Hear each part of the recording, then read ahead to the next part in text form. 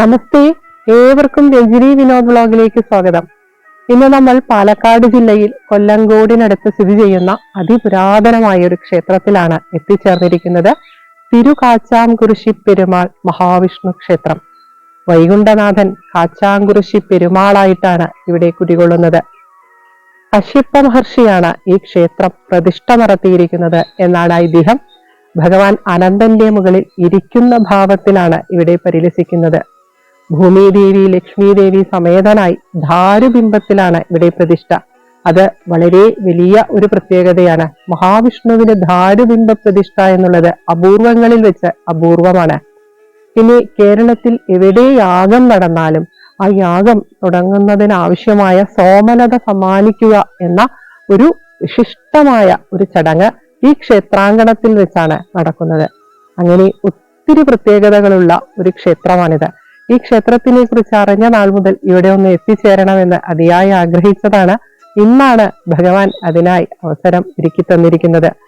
കാച്ചാംകുറിശി പെരുമാളായി കുടികൊള്ളുന്ന ആ ഭഗവാന്റെ അനുവാദത്തോടും അനുഗ്രഹത്തോടും കൂടി നമുക്ക് ഈ മഹാക്ഷേത്രത്തെ കുറിച്ച് പറഞ്ഞു തുടങ്ങാം. പാലക്കാട് ജില്ലയിൽ കൊല്ലങ്കോട് നഗരത്തിൽ നിന്നും ഏകദേശം 4 കിലോമീറ്റർ അകലെയായി പുരാണപ്രസിദ്ധങ്ങളായ ഇക്ഷുമതി നദിയുടെയും ഗായത്രി നദിയുടെയും ഇടയിൽ പയ്യലൂർ എന്ന ദേശത്ത് തിരുകാച്ചാംകുറിശി പെരുമാൾ മഹാവിഷ്ണു ക്ഷേത്രം സ്ഥിതി ചെയ്യുന്നു. ഇപ്പോൾ മലബാർ ദേവസ്വം ബോർഡിൻ്റെ കീഴിലാണ് ക്ഷേത്രമുള്ളത്. അകലെയായി ദൃശ്യമാകുന്ന പർവ്വതനിരകളുടെ നിഗൂഢതയും കൊല്ലങ്കോടിൻ്റെ ഗ്രാമീണ ഭംഗിയും തീർത്ഥങ്ങളുടെ സാന്നിധ്യവും പാടശേഖരങ്ങളുടെ പച്ചപ്പും ഈ പുണ്യപുരാതന ഭൂമിയുടെ അലൗകികതയെ വർദ്ധിപ്പിക്കുന്നു. ഗർഗമഹർഷി യുധിഷ്ഠിര മഹാരാജാവിന് ഉപദേശിക്കുന്ന ഭാവത്തിൽ സ്കന്ദപുരാണത്തിൽ പരാമർശങ്ങളുള്ള ഈ വൈഷ്ണവ ക്ഷേത്രം 108 വൈഷ്ണവ തിരുപ്പതികളിൽ പ്രഥമ സ്ഥാനത്തുള്ള ശ്രീരംഗം ക്ഷേത്രത്തിന് സമാനമായി കണക്കാക്കപ്പെടുന്നു. പെരുമാൾ എന്ന പദം ഭഗവാന്റെ ചക്രവർത്തി ഭാവത്തെയാണ് സൂചിപ്പിക്കുന്നത്. ശ്രീരാമചന്ദ്ര സ്വാമിയായിട്ടും ഇവിടെ ഭഗവാൻ ആരാധിക്കപ്പെടുന്നു. പട്ടാഭിഷേക സമയത്ത് സർവദേവതമാരാലും പൂജിതനായി പരിശോഭിച്ച ആ കോസലാധിപതിയായ ദശരഥ നന്ദനായ സീതാപതിയായിട്ടും കാച്ചാംകുറിശി പെരുമാൾ പൂജിക്കപ്പെടുന്നതിനാൽ നാരായണ മന്ത്രങ്ങളോടൊപ്പം തന്നെ ശ്രീരാമമന്ത്രധ്വനികളും ഇവിടെ മുഴങ്ങുന്നുണ്ട്. പണ്ട് വെങ്കനാട് എന്നറിയപ്പെട്ടിരുന്ന ഈ ദേശത്തിൻ്റെ അധിപതികളായിരുന്ന സൂര്യവംശജരായ കൊല്ലങ്കോട് രാജവംശം വെങ്കനാട് സ്വരൂപം എന്നായിരുന്നു അറിയപ്പെട്ടിരുന്നത്. ഈ വെങ്കടദേശത്തിൻ്റെ അധിപനായതിനാൽ കാച്ചാംകുറിശി പെരുമാൾ വെങ്കടേശൻ എന്നും അറിയപ്പെടുന്നു.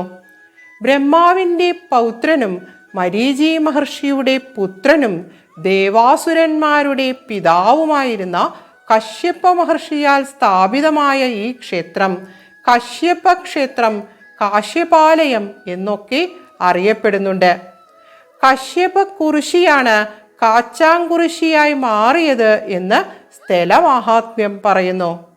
വളരെ പണ്ട് ഈ പുണ്യഭൂമിയുടെ ദിവ്യത്വം മനസ്സിലാക്കിയ കശ്യപ മഹർഷി ഇവിടെ വരികയും അടുത്തുള്ള പർവ്വതനിരകളിൽ മഹാവിഷ്ണുവിനെ ധ്യാനിച്ച് നിതാന്തമായ തപോധ്യാനങ്ങളിൽ മുഴുകുകയും ചെയ്തു.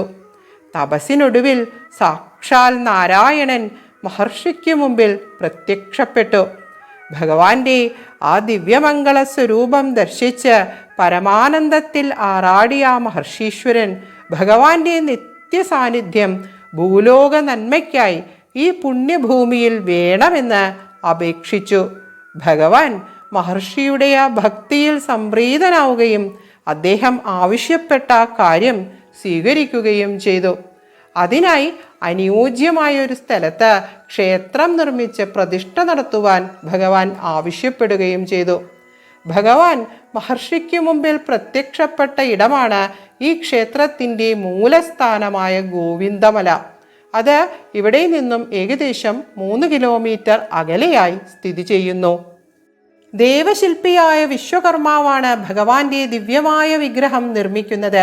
ആ പുണ്യ വിഗ്രഹമാണ് കശ്യപ മഹർഷി ഈ പുണ്യക്ഷേത്രത്തിൽ പ്രതിഷ്ഠിച്ചത് എന്നൊക്കെയാണ് ഐതിഹ്യങ്ങൾ.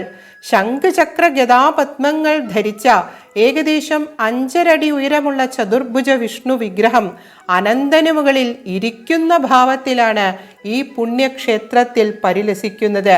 അനന്തഫണങ്ങളാകുന്ന കുടയ്ക്ക് കീഴെ ഇടതുകാൽ മടക്കി വെച്ച് വലതുകാൽ തൂക്കിയിട്ട് പ്രൗഢഗംഭീരമായ ഭാവത്തോടുകൂടി അഖിലാണ്ടകോടി ബ്രഹ്മാണ്ടത്തിൻ്റെയും ഈശൻ കാച്ചാങ്കുറിശി പെരുമാളായി പ്രകാശിക്കുന്നു.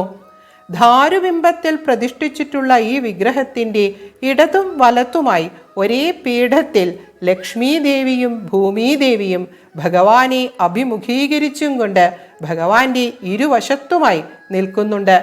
ഈ 2 വിഗ്രഹങ്ങളും ധാരുബിംബങ്ങൾ തന്നെയാണ്. എന്നാൽ ശ്രീകോവിലിൻ്റെ മുമ്പിൽ നിൽക്കുമ്പോൾ അനന്താസനത്തിൽ ഇരിക്കുന്ന ഭഗവാനെ മാത്രമാണ് നമ്മൾ ദർശിക്കുന്നത്. അകത്തു വെച്ചിട്ടുള്ള കണ്ണാടിയിൽ പ്രതിഫലിക്കുന്ന ദേവീ വിഗ്രഹങ്ങളാണ് നമ്മൾ പുറത്തുനിന്ന് കാണുന്നത്. അല്ലാതെ നേരിട്ട് ദേവീ വിഗ്രഹങ്ങൾ കാണുക സാധ്യമല്ല. മഹാവിഷ്ണുവിന് ധാരുബിംബ പ്രതിഷ്ഠയുള്ള ഏക ക്ഷേത്രമാണിത് എന്ന് പറയപ്പെടുന്നു. ധാരുബിംബമായതിനാൽ മയിൽപ്പീലി കൊണ്ട് തടവിയിട്ടാണ് അഭിഷേക മന്ത്രങ്ങൾ ചൊല്ലുന്നത്. അഭിഷേകാദികൾ ചെയ്യുവാൻ ശിലാവിഗ്രഹമുണ്ട്. ശീവേലിക്ക് എഴുന്നള്ളിക്കുന്നത് പഞ്ചലോഹ വിഗ്രഹമാണ്. ഈ 2 വിഗ്രഹങ്ങളും ശ്രീകോവിലിൽ തന്നെ ഉണ്ടത്രേ. നിത്യവും 5 നേരം പൂജ, 3 നേരം ശീവേലി, നവകം, പഞ്ചഗവ്യം എന്നിവ നടക്കുന്ന ഒരു മഹാക്ഷേത്രമാണിത്. കശ്യപ പ്രജാപതിയാൽ സ്ഥാപിതമായ ഈ മഹാക്ഷേത്രം തെക്കൻ കാശി എന്നും അറിയപ്പെടുന്നു. വേദോക്ത വിധി അനുസരിച്ച് പൂജകൾ ഇവിടെ നടക്കുന്നു.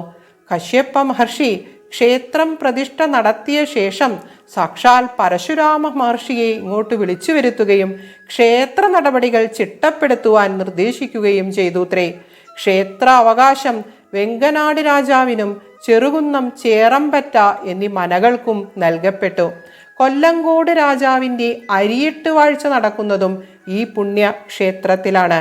ക്ഷേത്രത്തിന് മുൻവശത്ത് കശ്യപ മഹർഷിയുടെ സ്മരണാർത്ഥം സ്ഥാപിതമായ കശ്യപത്തറയിൽ വന്ദിച്ചതിനു ശേഷമാണ് ഭക്തജനങ്ങൾ ക്ഷേത്രത്തിലേക്ക് പ്രവേശിക്കുന്നത്. ക്ഷേത്ര നിർമ്മിതി അതിമനോഹരവും പ്രൗഢഗംഭീരവും അത്ഭുതം ജനിപ്പിക്കുന്നതും കുറ്റമറ്റതുമാണ്. കിഴക്ക് ദർശനമായി പരിലസിക്കുന്ന ക്ഷേത്രത്തിലേക്ക് പ്രവേശിക്കുമ്പോൾ ആദ്യം നമ്മൾ എത്തുന്നത് വലിയ ആനക്കൊട്ടിലിലേക്കാണ്. ഗരുഡനെ ശിരസിലേറ്റുന്ന പഞ്ചലോഹ കൊടിമരം കടന്ന് ബലിക്കൽപുരയിലേക്ക് എത്തിച്ചേരുന്നു. അതിബൃഹത്തായ ബലിക്കലും ബലിക്കൽ പുരയുടെ മച്ചിലുള്ള അനേകം ദാരുശില്പങ്ങളും കാണേണ്ട കാഴ്ചകളാണ്. വിശാലമായ വാതിൽ മാടത്തിലൂടെ പ്രവേശിക്കുമ്പോൾ നമ്മൾ എത്തിച്ചേരുന്നത് നാലമ്പലത്തിലേക്കാണ്. ദീർഘചതുരാകൃതിയിൽ 20 കാലുകളോടുകൂടിയ അതിവിശാലമായ നമസ്കാര മണ്ഡപം ശില്പകലാ നൈപുണ്യത്തിൻ്റെ അനവധി കാഴ്ചകളാണ് സമ്മാനിക്കുന്നത്. നമസ്കാര മണ്ഡപത്തിൻ്റെ ഓരോ തൂണുകളും പുരാണ കഥകളാലും പുരാണ കഥാപാത്രങ്ങളാലും ആലേഖനം ചെയ്യപ്പെട്ടിരിക്കുന്നു. അത്ഭുത നിർമ്മിതിയായ ഇരുനില വട്ട ശ്രീകോവിൽ കാണേണ്ട ഒരു കാഴ്ച തന്നെയാണ്. കരിങ്കല്ലിലും വെട്ടുകല്ലിലുമായി തീർത്ത ഏകദേശം 200 അടിയോളം ചുറ്റളവുള്ള ഈ ശ്രീകോവിലിൻ്റെ 2 നിലകളും ചെമ്പുമേഞ്ഞിട്ടുണ്ട്. 1-ാം നിലയിൽ രാമായണം കഥ മുഴുവനായി അതിമനോഹര ചുമർ ചിത്രങ്ങളായി പുനർജനിച്ചിരിക്കുന്നു. മുകളിലെ നിലയിൽ മഹാഭാരതം കഥകൾ ധാരുവിൽ കൊത്തിവെച്ചിട്ടുണ്ട്.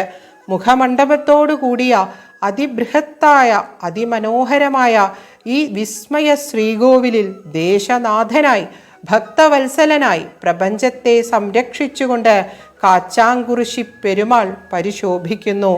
വൈകുണ്ഠനാഥൻ്റെ ആ ദിവ്യദർശനം പരമാനന്ദവും ശാശ്വതമായ ശാന്തിയുമാണ് സമ്മാനിക്കുന്നത്. നാലമ്പലത്തിനകത്ത് ഒരു ശ്രീകോവിലിൽ ഗണപതി ഭഗവാനും നാഗസുബ്രഹ്മണ്യനും കുടികൊള്ളുന്നുണ്ട്. സർപ്പരൂപിയായിട്ട് തന്നെയാണ് സുബ്രഹ്മണ്യസ്വാമി ഇവിടെ കുടികൊള്ളുന്നത്. ഏകദേശം 2.5 അടി ഉയരമുള്ള 5 ഫണങ്ങളോട് കൂടിയ ശിലാവിഗ്രഹത്തിലാണ് ശിവപുത്രൻ നാഗസുബ്രഹ്മണ്യനായി കുടികൊള്ളുന്നത്. അതിനാൽ നാഗാരാധനയ്ക്ക് ഇവിടെ പ്രാധാന്യമുണ്ട്. പാതിരാകുന്നത്ത് മനയ്ക്കാണ് സർപ്പപൂജയ്ക്കുള്ള അധികാരമുള്ളത്. മേൽക്കൂരയില്ലാത്ത തറയിൽ ശാസ്താവും മറ്റൊരു ശ്രീകോവിലിൽ ശിവനും നാലമ്പലത്തിനകത്ത് ഉണ്ട്. ഹനുമാൻ സ്വാമി അദൃശ്യ സാന്നിധ്യമായി ഈ ക്ഷേത്രത്തിലുണ്ട് എന്ന് വിശ്വസിക്കപ്പെടുന്നു. മതിൽക്കകത്തും മതിൽക്കു പുറത്തും ഇവിടെ സർപ്പക്കാവുണ്ട്. ക്ഷേത്രത്തിനകത്തുള്ള വാലൻ കിണർ അഥവാ കൊക്കർണി ദേവനിർമ്മിതമാണ് എന്ന് വിശ്വസിക്കപ്പെടുന്നു. ഇതിലെ ജലമാണ് അഭിഷേകാദികൾക്ക് ഉപയോഗിക്കുന്നത്. ക്ഷേത്രത്തിനു മുൻവശത്തുള്ള അതിവിശാലമായ കുളത്തിനകത്ത് യജ്ഞകുണ്ഡമുണ്ട് എന്ന് വിശ്വാസമുണ്ട്. അതിനാൽ തന്നെ ഇത് യജ്ഞതീർത്ഥം എന്നും അറിയപ്പെടുന്നു. ഇവിടെ വെച്ച് പണ്ട് അശ്വമേധയാഗം നടത്തിയിരുന്നു എന്നാണ് പറയപ്പെടുന്നത്. കുളത്തിൻ്റെ വടക്കു ഭാഗത്തുള്ള കുതിരക്കുളം അന്ന് അശ്വമേധത്തിനുള്ള കുതിരയെ കെട്ടിയിരുന്ന സ്ഥലമാണ് എന്നും പറയപ്പെടുന്നുണ്ട്. കേരളത്തിൽ എവിടെ യാഗം നടന്നാലും യാഗത്തിന് ആവശ്യമായ സോമലത, കൃഷ്ണമൃഗചർമ്മം അഥവാ മാൻതോൽ മുതലായവ നൽകുവാനുള്ള അധികാരം കൊല്ലങ്കോട് രാജവംശം അഥവാ വെങ്കനാട് സ്വരൂപത്തിനാണ്. ഈ അതിവിശിഷ്ടമായ യാഗസാധനങ്ങൾ യാഗം ചെയ്യുന്ന ബ്രാഹ്മണർക്ക് നൽകപ്പെടുന്നത് അഥവാ സമ്മാനിക്കപ്പെടുന്നത് ഈ കാശ്യപ ക്ഷേത്രത്തിൽ വെച്ച് മാത്രമാവണം എന്നാണ് നിയമം. അതിനു പിറകിൽ ഒരു ഐതിഹ്യമൊക്കെയുണ്ട്. പണ്ട് ഒരിക്കൽ കുറച്ച് നമ്പൂതിരിമാർ ശ്രീമൂലസ്ഥാന മണ്ഡപത്തിൽ വെച്ച് സോമയാഗം നടത്തി. അന്ന് എല്ലാ ദേവന്മാർക്കും ഹവിർഭാഗം കൊടുത്തുവെങ്കിലും എന്തോ കാരണത്താൽ വിശ്വദേവന്മാർക്ക് മാത്രം കൊടുത്തില്ല. വിശ്വദേവന്മാർ വേഗം ദേവേന്ദ്രന്റെ അടുത്ത് ചെന്ന് പരാതി പറഞ്ഞു. ഇത് കേട്ടതും കുപിതനായ ഇന്ദ്രൻ വേഷം മാറി യാഗശാലയിൽ എത്തിച്ചേരുകയും യാഗസാധനങ്ങളായ സോമലത, മാൻതോൽ മുതലായവ അപഹരിച്ചും കൊണ്ട് വിമാനത്തിൽ കയറി സ്വർഗത്തിലേക്ക് മടങ്ങുവാൻ നേരം അദ്ദേഹത്തിന് ഇവിടെ വന്ന് കാശ്യപ ക്ഷേത്രത്തിൽ കുടികൊള്ളുന്ന വെങ്കടേശനെ ദർശിക്കുവാൻ ആഗ്രഹം തോന്നി. അങ്ങനെ ദേവന്മാരുടെ ആ രാജാവ് ഇവിടെ എത്തി ഭഗവാനെ കൺകുളിർക്കെ കണ്ടു. ആ ദിവസം ആ സമയം വെങ്കനാട് സ്വരൂപത്തിലെ യുവരാജാവായ വീരരവി രാജാവും ഇവിടെ ഭഗവാനെ ദർശിക്കുവാനായി എത്തിച്ചേർന്നിട്ടുണ്ടായിരുന്നു. രാജാവ് ഇന്ദ്രനെ കണ്ടതും വേഗം അടുത്തേക്ക് ചെന്ന് എല്ലാവിധ ഉപചാരങ്ങളും അർപ്പിച്ചും കൊണ്ട് സന്തുഷ്ടനാക്കി. അന്നേരം സന്തോഷത്തോടുകൂടി ഇന്ദ്രൻ തൻ്റെ കൈവശമുള്ള എല്ലാ യാഗസാധനങ്ങളും ആ രാജാവിനെ ഏൽപ്പിച്ചു. സൂര്യചന്ദ്രന്മാർ ഉള്ള കാലത്തോളം എവിടെ യാഗം നടന്നാലും സോമലത ഉൾപ്പെടെയുള്ള എല്ലാ യാഗസാധനങ്ങളും അങ്ങ് വേണം ഈ കാശ്യപ ക്ഷേത്രത്തിൽ വെച്ച് കൈമാറേണ്ടത് എന്ന് രാജാവ് ഇന്ദ്രനോട് പറഞ്ഞു. മാത്രവുമല്ല, ഇനി മുതൽ വെങ്കനാട് രാജാക്കന്മാർക്ക് ഇന്ദ്രപദവി ലഭിക്കും എന്നും കൂടെ പറഞ്ഞു. മാത്രവുമല്ല, യജ്ഞഫലത്തിൻ്റെ 1/6 യാഗത്തിലെ ഇന്ദ്രസ്ഥാനവും അങ്ങയുടെ രാജവംശത്തിന് ഇനി മുതൽ ലഭിക്കും എന്നും കൂടെ പറഞ്ഞിട്ടാണ് ഇന്ദ്രൻ തിരിച്ചുപോയത്. ഇതിനകം യാഗസാധനങ്ങൾ കാണാതെ പരിഭ്രാന്തരായി ഇവിടെ എത്തിച്ചേർന്ന ബ്രാഹ്മണർക്ക് ആ രാജാവ് സോമലതയും മറ്റ് സാധനങ്ങളും സമ്മാനിച്ചു. ഇന്നും എവിടെ യാഗം നടന്നാലും ഇവിടെ വെച്ച് ഈ വിശിഷ്ടമായ ചടങ്ങ് നടക്കുന്നു. ഔഷധങ്ങളുടെ അധിപതിയായ ചന്ദ്രൻ അഥവാ സോമന്റെ വൃദ്ധിക്ഷയങ്ങൾ അനുസരിച്ച് ഇലകൾ ഉണ്ടാവുകയും പൊഴിയുകയും ചെയ്യുന്ന അപൂർവമായ വിശിഷ്ടമായ സസ്യമായ സോമലതയുടെ നീരായ സോമരസമാണ് സോമയാഗങ്ങളിൽ മുഖ്യ ഹവിസായി അഗ്നിയിൽ അർപ്പിക്കുന്നത്. അങ്ങനെ ഒത്തിരി പ്രത്യേകതകളുള്ള ഒരു സസ്യമാണത്. വേദാധിഷ്ഠിതങ്ങളായ യാഗങ്ങൾക്ക് സോമലതയും മറ്റ് യാഗസാധനങ്ങളും കൈമാറ്റം ചെയ്യപ്പെടുന്ന ഈ പുരാതന ക്ഷേത്രഭൂമിക്ക് പൗരാണിക കേരളത്തിലും വേദപണ്ഡിതന്മാർക്കിടയിലും മറ്റ് ക്ഷേത്രങ്ങൾക്കിടയിലും മഹത്തായ സ്ഥാനം കൽപ്പിച്ചു കൊടുത്തിട്ടുണ്ട് എന്ന് ഈ ഐതിഹ്യത്തിൽ നിന്നു തന്നെ നമുക്ക് മനസ്സിലാക്കാവുന്നതാണ്. ക്ഷേത്രത്തിൻ്റെ മൂലസ്ഥാനമായ നെല്ലിയാമ്പതി മലനിരകളുടെ ഭാഗമായ ഗോവിന്ദമലയിൽ ഗോവിന്ദപാദങ്ങളുണ്ട്. മകരമാസത്തിലെ തൈപ്പൂയം നാളിൽ അനവധി ഭക്തജനങ്ങൾ ഈ പുണ്യമല കയറുകയും ഗോവിന്ദപാദങ്ങളുടെ ദിവ്യദർശനം നടത്തുകയും ചെയ്യുന്നു. അന്നേ ദിവസം ഗോവിന്ദ ഗോവിന്ദ എന്ന് ഉച്ചത്തിൽ ജപിക്കുമ്പോൾ മലമുകളിലെ പ്രത്യേക സ്ഥാനത്ത് നിന്ന് മഹാപരിശുദ്ധമായ തീർത്ഥജലം താനെ ഒഴുകി വരുമത്രേ. ഈ തീർത്ഥജലം ഭക്തജനങ്ങൾ ശേഖരിക്കുന്നു. അതികഠിനമായ ഈ മലകയറ്റം പൂർത്തീകരിക്കുവാൻ ചിട്ടയായ വ്രതാനുഷ്ഠാനങ്ങൾ ആവശ്യമുണ്ട്. ഗോവിന്ദപാദങ്ങൾ ദർശിച്ചു കഴിഞ്ഞാൽ ഇവിടെ ക്ഷേത്രത്തിൽ വന്ന് ഭഗവത് ദർശനം നടത്തണം എന്നാണ് നിയമം. തമിഴ്നാട്ടിൽ നിന്നും അനവധി ഭക്തജനങ്ങളാണ് അന്നേ ദിവസം ഇവിടെ എത്തിച്ചേരുന്നത്. കാനനവാസകാലത്ത് ശ്രീരാമ സീത ലക്ഷ്മണന്മാർ ഗോവിന്ദമലയിൽ താമസിച്ചിരുന്നുവെന്നും വിശ്വാസമുണ്ട്. ഇവിടെ അടുത്തുള്ള സീതാർകുണ്ടിലെ പുണ്യതീർത്ഥകുളം സീതാദേവിക്ക് കുളിക്കുവാനായി ശ്രീരാമസ്വാമി ശരത്താൽ പാറ തുളച്ച് ഉണ്ടാക്കിയതാണ് എന്നൊക്കെ കഥകളുണ്ട്. ടിപ്പു സുൽത്താൻ ഇവിടെ ക്ഷേത്രധ്വംസനത്തിനായി വന്നപ്പോൾ പെരുമാളുടെ ശക്തി ചൈതന്യത്തിനു മുമ്പിൽ അടിയറവ് പറഞ്ഞ് കുറേ ഭൂമി ക്ഷേത്രത്തിന് നൽകിയിട്ടാണത്രേ മടങ്ങിപ്പോയത്. വൈശാഖമാസത്തിലെ ശുക്ലപക്ഷത്തിൽ വരുന്ന അത്തം നക്ഷത്രത്തിൽ തുടങ്ങുന്ന ഉത്സവം 10 ദിവസം നീണ്ടു നിൽക്കുന്നു. നിറമാല, കാഴ്ചശീവേലി, ശ്രീഭൂതബലി, പള്ളിവേട്ട, എടവത്തിലെ തിരുവോണം നാൾ നടക്കുന്ന ആറാട്ട് എന്നിവ ഉത്സവം നാൾ ഇവിടെ നടക്കുന്നു. കർക്കടക മാസാചരണം, നവരാത്രി, ചിങ്ങത്തിലെ പുത്തരി, തുലാംവാവ്, മണ്ഡലമാസാചരണം എന്നിങ്ങനെ നിരവധി ആണ്ടുവിശേഷങ്ങൾ ഇവിടെയുണ്ട്. എല്ലാ മാസവും ഭഗവാന്റെ തിരുനാളായ തിരുവോണത്തിന് തിരുവോണ ഊട്ട് ഇവിടെ നടക്കുന്നു. തുലാംവാവിൻ്റെ അന്ന് ഈ ദേശത്തുണ്ടാവുന്ന എല്ലാ കാർഷിക വിഭവങ്ങളുടെയും ഒരു ഭാഗം ഭക്തജനങ്ങൾ തങ്ങളുടെ പ്രിയപ്പെട്ട പെരുമാൾക്ക് കാഴ്ചയായി സമർപ്പിക്കുവാനായി ഇവിടെ കൊണ്ടുവരുന്നു. പട്ടാമ്പിയിലുള്ള കരിയന്നൂർ മനയ്ക്കും അണ്ടലാടി മനയ്ക്കുമാണ് താന്ത്രിക അധികാരമുള്ളത്. സർപ്പബലിയും ബലിതർപ്പണ ചടങ്ങുകളും വർഷത്തിൽ ഒരിക്കൽ നടക്കുന്ന ക്ഷേത്രമാണിത്. സന്താന സൗഭാഗ്യ പൂജ, പാൽ പന്തീരാഴി, കുടവും കയറും സമർപ്പിക്കൽ, ഉദയാസ്തമന പൂജ, ആയില്യം പൂജ, തൊട്ടിലും കുട്ടിയും സമർപ്പിക്കൽ, ആടിയ എണ്ണ, നെയ്വിളക്ക് എന്നിങ്ങനെ ഒത്തിരി വഴിപാടുകൾ ഈ ക്ഷേത്രത്തിലുണ്ട്. സന്താനലബ്ധിക്കും കാര്യസിദ്ധിക്കും സർവ്വ ഐശ്വര്യത്തിനും രോഗശമനത്തിനും ആയുർബലത്തിനും ഈ ക്ഷേത്രദർശനം അതീവ ശ്രേഷ്ഠമായി വിശ്വസിക്കപ്പെടുന്നു. ക്ഷേത്രത്തിന് തെക്കു ഭാഗത്തുള്ള കുഷ്ഠകുഴി തടാകത്തിന് ശിവശാപത്താൽ ബാധിച്ച കുഷ്ഠരോഗത്തിൽ നിന്നും ധർമ്മരാജാവിന് മോചനം ലഭിച്ച കഥ പറയുവാനുണ്ട്.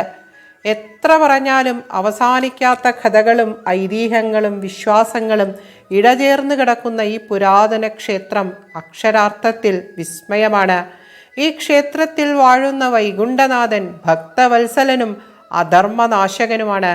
തെറ്റുകൾ ഭഗവാൻ വെച്ചു പൊറുപ്പിക്കാറില്ലത്രേ. സഹ്യപർവ്വതത്തിൻ്റെ തെക്കു ഭാഗത്തായി, മലയപർവ്വതത്തിൻ്റെ വടക്കു ഭാഗത്തായി, വില്ലുപർവ്വതത്തിൻ്റെ കിഴക്കു ഭാഗത്തായി, ആനമലയുടെ പടിഞ്ഞാറ് ഭാഗത്തായി സ്ഥിതി ചെയ്യുന്ന ഈ പുണ്യദേശവും പുരാതന ക്ഷേത്രവും തീർച്ചയായും തൊട്ടറിയേണ്ട പുണ്യ പൈതൃക സമ്പത്ത് തന്നെയാണ്. വൈഷ്ണവ ഭക്തിയുടെ മാധുര്യവും ഒരു ചക്രവർത്തി വാണരുളുന്ന കൊട്ടാരത്തിൻ്റെ രാജകീയ പ്രൗഢിയും പ്രവഹിപ്പിക്കുന്ന ഈ വൈഷ്ണവ ക്ഷേത്രം ഒറ്റ വരവിലൊന്നും കണ്ടു മതിയാവില്ല എന്നതാണ് സത്യം. ഇനി എന്നാണ് ഭഗവാനെ അവിടുത്തെ കാണുക എന്ന പ്രാർത്ഥനയോടെ മനസ്സ് നിറഞ്ഞാണ് ഞങ്ങൾ തിരിച്ചു നടന്നത്. കാശ്യപേശനായി, വെങ്കടേശനായി, കാച്ചാങ്കുറിശി പെരുമാളായി, സാക്ഷാൽ വൈകുണ്ഠനാഥൻ വാണരുളുന്ന ഈ പുണ്യപുരാതന ഭൂമിക്ക് ശതകോടി പ്രണാമം. ഉച്ചരിച്ച ഓരോ അക്ഷരവും പ്രാണനേക്കാൾ പ്രിയപ്പെട്ട ആ പൊന്നു തൃപ്പാദങ്ങൾക്ക് അർച്ചനയായി സമർപ്പിക്കുന്നു. ശ്രീമദ് കശ്യപതാപസേന മഹദ സംസ്ഥാപിതേസ്മിൻ മഹാക്ഷേത്രേ കാശ്യപസംജ്ഞിതേ വിജയതേ യ ശ്രീനിവാസോ വയ ഭക്താനാമഖിലാർത്ഥകൽപകതരും കാരുണ്യപാദോനിധിം ഭൂമിഭാരഹരാവതാരമനഘം ശ്രീകാശ്യപേശം ഭജേ. ഏവർക്കും സർവമംഗളങ്ങൾ ആശംസിക്കുന്നു. ഓം നമോ ഭഗവതേ വാസുദേവായ. ഓം